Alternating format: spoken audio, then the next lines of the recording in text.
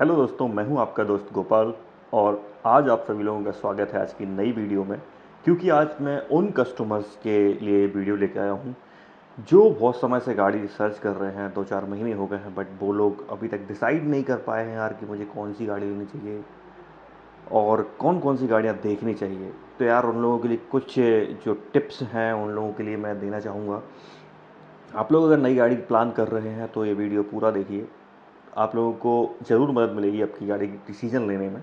तो सबसे पहला जो पॉइंट आता है इसमें, तो सबसे पहले पॉइंट आता है भाई बजट का। तो बजट एक बहुत बड़ी चीज़ है एक गाड़ी लेने में।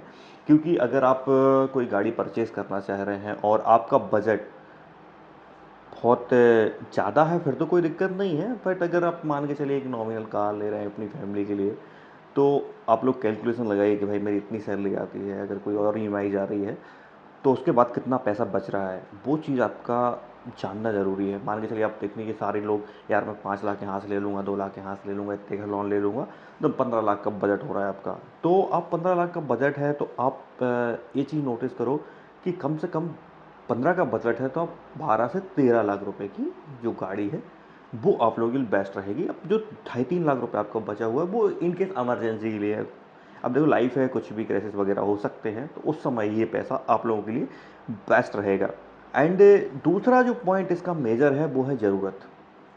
ज़रूरत की बात मैं करूँ तो भाई आप समझो इस चीज़ को कि एक फैमिली में जो कार आती है, या तो वो ज़रूरत होती है कि अब भाई अगर आपकी जो फैमिली का टूर है लंबा लंबा लगता है, मान लो 500 किलोमीटर 1000 किलोमीटर जाना आप लोगों का होता है, तो उस समय आपको एक 5 सीटर कार की रिक्वायरमेंट है या 7 सीटर कार की रिक्वायरमेंट है, या आपको एक सेकेंडरी व्हीकल चाहिए है कि जो छोटी गाड़ी हो। हम शहर जाते हैं, मतलब आप मान के चलिए आपका एक कुछ शहर के अंदर जाते हैं छोटी गलियों में, तो उस समय आपको छोटी गाड़ी लेना है कि आपको एक एसयूवी में जाना है। तो ये ज़रूरत की जो बात कर रहा हूँ मैं आपको, ये सबसे मेजर पॉइंट है। क्योंकि एक गाड़ी को लेने का सबसे बड़ा मोटिव होता है ज़रूरत की, भाई हमें किस जगह हमें यूज़ करना है उसको। तो ये खास बात का ध्यान रखना चाहिए कि हमें गाड़ी खरीदना, भाई अगर शहर के लिए लेना है तो छोटी गाड़ी लो आप लोग, एंड आपके लिए हाईवे वगैरह के लिए लेना है तो एक एसयूवी गाड़ी लो। और अगर आपकी फैमिली बड़ी है तो एक 7 सीटर गाड़ी में आप बिल्कुल जाओ। और सबसे जो मेजर पॉइंट है मैं आपको बताना चाहूँगा कि जो थर्ड पॉइंट है इसका वो है आपका माइलेज और मेंटेनेंस। आपने देखा होगा कि बहुत सारी कंपनीज ऐसी हैं जिनकी गाड़ियों का माइलेज कम है बट मेंटेनेंस बहुत हाई है, और बहुत सारी कंपनीज ऐसी हैं जिनका मेंटेनेंस भी कम है और माइलेज बहुत हाई है। तो आपको ये चीज़ों का विशेष कर ध्यान रखना है कि भाई हम एक कार तो परचेज़ कर रहे हैं, पर कार परचेज़ करने के लिए हमको सबसे ज़्यादा माइलेज का ध्यान रखना है, क्योंकि चलाना तो आपको ही है। अगर आपकी इसमें भी आप फ्यूल टाइप भी एक रख सकते हैं कि आपको यार जो गाड़ी है अगर रनिंग कितनी है, मान के चलिए आपकी जो एक रनिंग है एवरेजन अगर 2-3 हज़ार किलोमीटर पर मंथ की है, तो फिर आप एक पेट्रोल गाड़ी ले सकते हैं। इनकेस आप मान के चलिए किसी किसी कस्टमर्स की जो रनिंग होती है वो 100-100-200 किलोमीटर पर डे की रनिंग होती है, तो यार वो लोग ईवी पे भी प्रेफर कर सकते हैं, ईवी जा सकते हैं। लॉन्ग रूट पर रनिंग है आपकी, मतलब मान के चलिए आप एक ही ट्रिप में 2000 किलोमीटर घूम के आते हैं और महीने में 4-5 3 ट्रिप हो जाती हैं, तो फिर वो सीएनजी या डीजल प्रेफर कर सकते हैं। डीजल का तो खैर अभी आप कुछ नहीं कह सकते, क्योंकि डीजल हमेशा 2000 सीसी के जो ऊपर वाली गाड़ियाँ हैं उनमें ही आएगा। अभी नॉर्मल तो आपको पता ही है कि जो छोटी गाड़ियाँ हैं उनमें डीजल आना तो मुश्किल ही है। एंड चौथा सबसे पहला जो है पॉइंट है वो है ब्रांड का। तो हाँ, बहुत सारे लोग ऐसा चाहते हैं कि यार हमारे पास जो गाड़ी हो वो एक ऐसा ब्रांड हो, ट्रस्टेबल हो, सर्विस अच्छी मिले। तो बहुत सारे कंपनियों के इशूज़ होते हैं कि भाई अपने गाड़ी खरीद ली बट सर्विस नहीं मिल रही है। तो उस चीज़ का भी आपको ध्यान रखना पड़ेगा कि यार हम एक गाड़ी खरीद रहे हैं तो हमें जो मेंटेनेंस है, जो सर्विस है, उसकी प्रॉपर सुविधाएं हमको मिलें। जो पार्ट्स हैं वो ज़्यादा प्राइस के ना हों और हमें इजी वे में अवेलेबल हो जाएं। खैर जो कस्टमर्स की थिंक होती है कि यार मार्केट में पार्ट मिल जाए, तो मार्केट के लिए तो मैं मना करूँगा आप लोगों के लिए कि भाई मार्केट के पार्ट्स को लेना सही नहीं है। वो आपके जो पार्ट हैं वो कंपनी के नहीं रहते हैं, वो लोग एक थर्ड पार्टी या वेंडर के थ्रू खरीदते हैं वो लोग, तो वो आप लोगों के लिए बेस्ट नहीं है, आपकी गाड़ी के लिए बेस्ट नहीं है। एंड सबसे बड़ी चीज़ है, अगर हम चलते हैं पांचवे जो हमारा मेजर पॉइंट है सेफ्टी फीचर्स को लेके, तो एक जो पुरानी गाड़ी कोई ख़रीदता है, मैंने बहुत सारे लोगों को देखा भाई मैं पुरानी ख़रीद लेता हूँ, बट उन लोगों को सेफ्टी फीचर्स नहीं मिलते।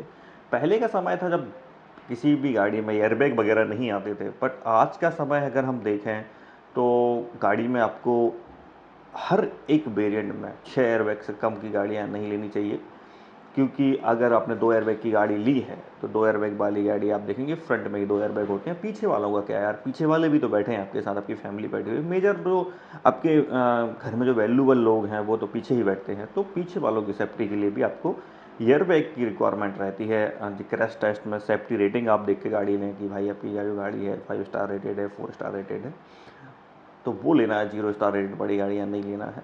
तो इन चीज़ों का आपको विशेष कर ध्यान रखना चाहिए कि भाई हमारी गाड़ी में ईबीडी है कि नहीं, एंटी लॉक ब्रेकिंग सिस्टम है कि नहीं, हमारी गाड़ी में थीप अलार्म है कि नहीं, कि यार कोई हमारी गाड़ी चोरी कर रहा है, तो उन चीज़ों का देखना ध्यान रखना है कि हमारी गाड़ी में थीप अलार्म है कि नहीं, हमारी गाड़ी में आइसोफिक्स है कि नहीं, हमारा बच्चा छोटा सा है, हम उसको लेके जाना है तो आइसोफिक्स होना ज़रूरी है, हमारी गाड़ी में भाई हिल होल्ड है कि नहीं, कभी हम पहाड़ी पे जाते हैं हमारी गाड़ी बंद पड़ जाती है तो वो एकदम से नीचे ना आए, वो चीज़ों का ध्यान रखना है।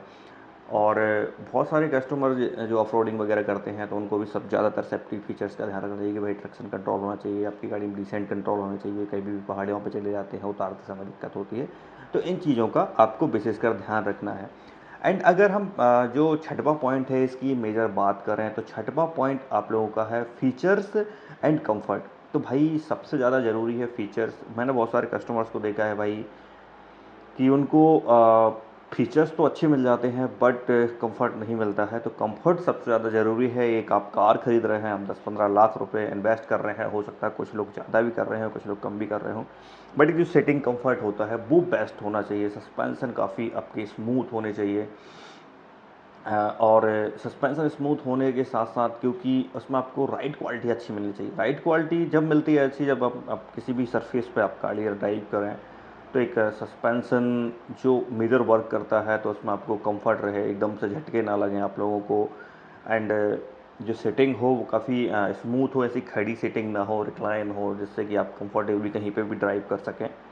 तो ये चीज़ों का मेजर ध्यान रखना होता है। अब फीचर्स की मैं बात करूँ तो आजकल सेफ्टी फीचर्स मेजर है, आपका डिजिटल इंस्ट्रूमेंट क्लस्टर हो, एवरेज ट्रैकर हो, आपकी गाड़ी में जो टायर प्रेशर मॉनिटरिंग सिस्टम हो वो हो, एंड आपका जो स्मार्ट इंजन आ गए हैं आईसीए वाले, तो वो हो आपके पास कि भाई आपकी गाड़ी में अगर कोई फॉल्ट आता है तो इंजन पहले से ही आपको अलर्ट कर दे।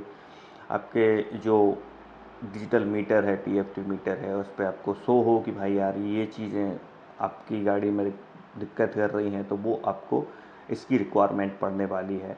तो ये चीज़ों का मेजर ध्यान रखना होता है।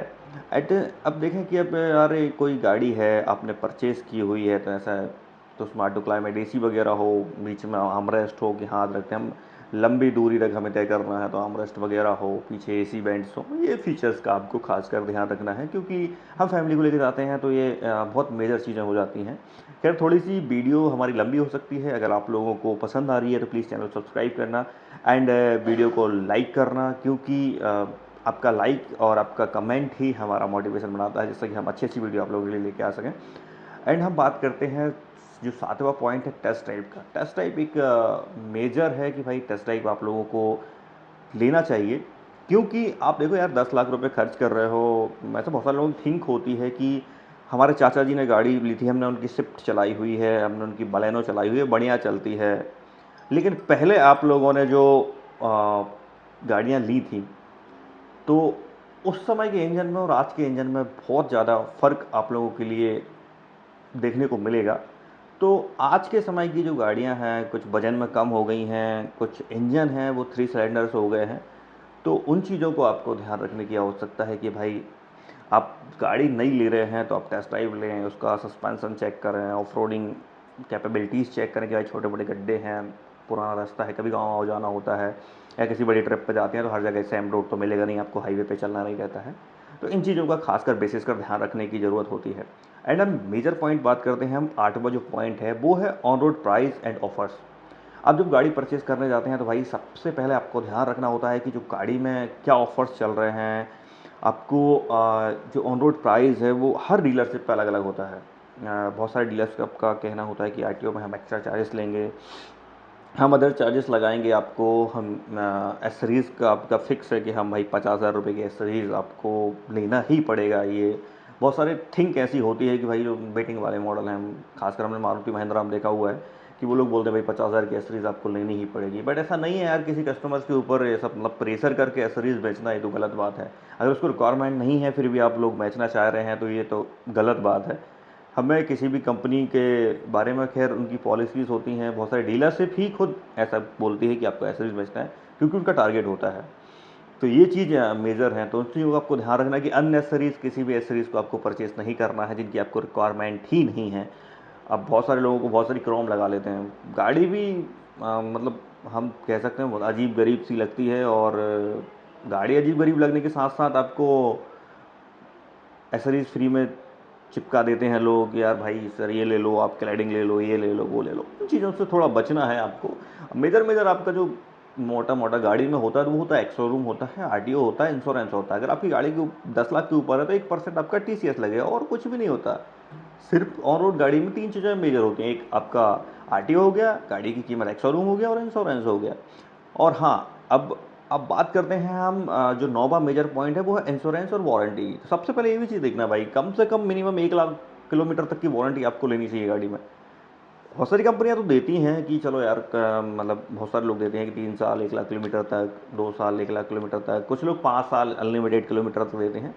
और इंश्योरेंस में मेजर पॉइंट मैं आपको बताऊं तो अभी खैर ज़्यादा डिटेल में हम एक वीडियो लाएंगे उसके लिए, इंश्योरेंस के लिए।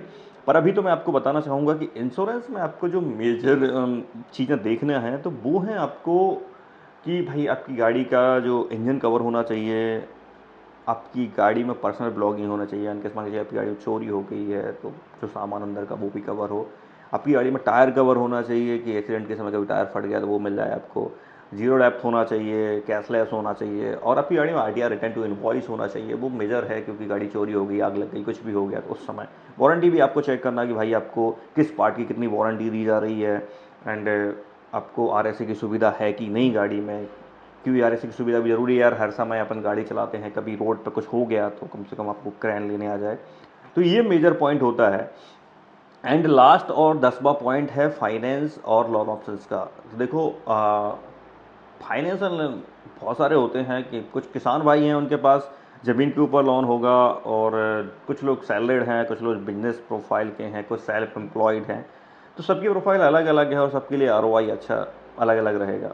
सबसे ऊपर सबसे ज़्यादा मेजर पॉइंट डिपेंड करता है आपका फाइनेंस में, वो है आपका सिविल स्कोर। अगर आपका सिविल स्कोर अच्छा है, आपका 700 प्लस सिविल स्कोर है, 720 प्लस सिविल स्कोर, तो आप ग्रीन सिविल में आते हैं और आपका जो आरओआई है वो सबसे कम रहेगा। तो ये चीज़ भी आपको मेजर तरीके से, ऐसा नहीं कि डीलरशिप वाले ने बोला भाई आप इस बैंक से करो तो आपको वो रहेगा, ऐसा रहेगा, वैसा रहेगा। उन चीज़ों को आपको ध्यान रखने की ज़रूरत नहीं है। आपको सिर्फ ये देखना है कि भाई किस में मेरा ब्याज कम लग रहा है, किस में आरओआई कम लग रहा है, किस में मेरे को प्रोसेसिंग फीस निल है, और किस में आप लोगों को जो कम कॉस्ट है, फाइल चार्ज है, वो चीज़ आप लोगों को लगने वाली है। तो इन चीज़ों का विशेषकर ध्यान रखने की आवश्यकता है। एंड अगर आपको वीडियो पसंद आई है तो प्लीज़ चैनल को सब्सक्राइब करना एंड वीडियो को लाइक करना। मिलते हैं अगले वीडियो में, तब तक के लिए टाटा बाय बाय।